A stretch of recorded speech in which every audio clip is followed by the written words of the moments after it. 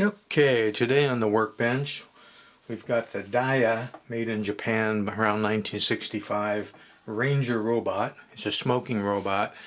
I've done a video of mine out in the Robothut, and I'll put a link to that down below in case you want to watch that one. This one's a repair for another person.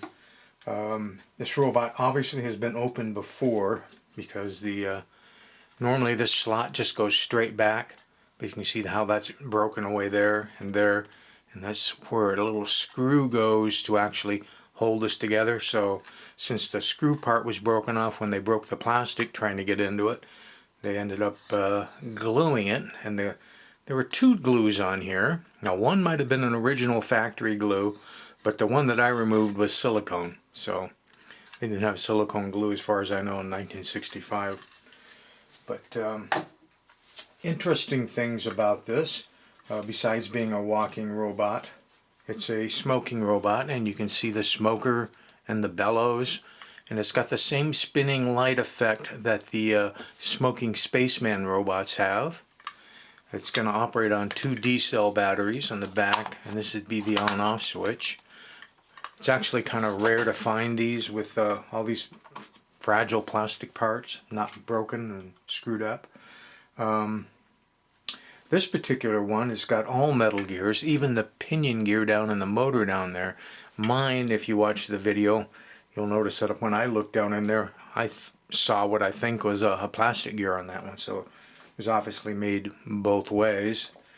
What else? Oh, what's unique about the feet is normally you think of the toe as being longer and the heel being shorter, but in this particular one, because of the weight of all these D-cell batteries hanging off the back side of this thing, they've made the heel much longer. Looks like a toe. These aren't on backwards. That's the way the toy was built and sold. Now it does a sequence, and let's see. Let me see if I can get this light to turn on. I'm going to try to get in here, and I'm trying to look at the viewfinder to see what you're seeing and yet show you stuff. This gear is already moved all the way over. Normally this gear would be over this way. When it's all the way over like that, then this gear right there engages this large gear back here, which runs a crank over here. This piece pivots, and when this piece moves back and forth, that makes the arms raise and lower.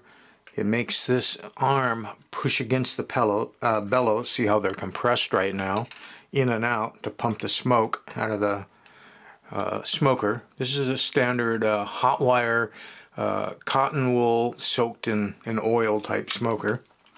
And to spin this upper part here, you can see they've got, get it where you can see things. Got this gear, interfaces with the gear on the color dome on the top. That drive comes all the way down, goes all the way down into there. Gets its drive from there. So anyway, when this piece that moves, these 2 ramp gears, when they reach the point where they go in, then this gear, which was interfacing, that we talked about earlier, will then interface with this gear down here, which then makes it walk. So the arms and the smoking stop, and it walks. And it switches back and forth between those 2. Now there's also a clicker, and I'm looking right now for myself because I'm not sure that I can point that out. It's clear in the back. Trying to find the best way to clear back. I think that might have been it. I'm gonna, yes. You see that piece of metal clear back there? That actually gets moved by a crank, that same crank that's moving the arms forward and backward. And when it comes forward, it rubs on the teeth of the gear and makes a clicking sound. This particular one is worn a little bit, doesn't click quite as readily as some of them do. I'm going to run this holding it in my hands here so you can see that mechanism cycle back and forth.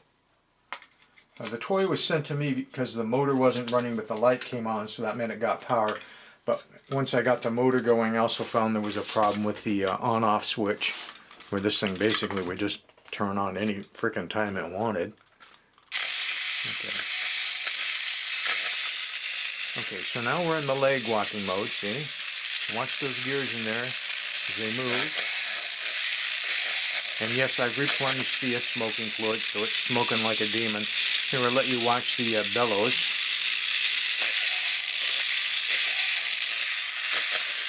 And maybe watch the crank action on this side for the walking leg. And then the crank action on this side.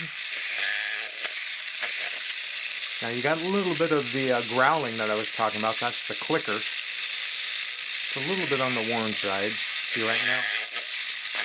It doesn't always click. Most of the time it does. If it wasn't buried so far back in there, I would try to adjust it and move it forward just a little bit so that it was clicking more all the time, but I don't think it's worth it. Okay, so this piece is going to go on like so.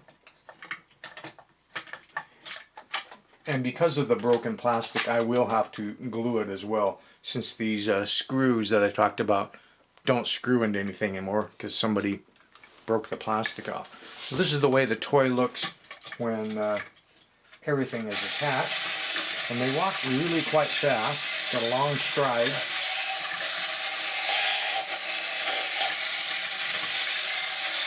But I don't want it to fall over.